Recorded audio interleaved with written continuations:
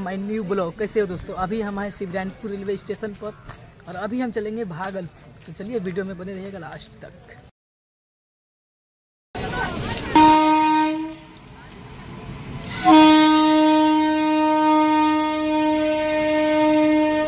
अभी जो है उल्टा पुल के पास आ गए भागलपुर और चलिए आप लोग को हम 150 में टी शर्ट दिखाते हैं।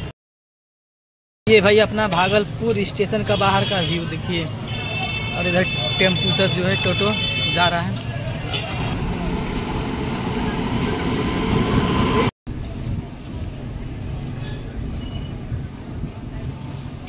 पर जो है 150 तक में टी शर्ट मिल रहा है। देखिए सब क्वालिटी का जीन्स जो है 250 से 300 और इधर जो है पर्स सब बिक रहा है।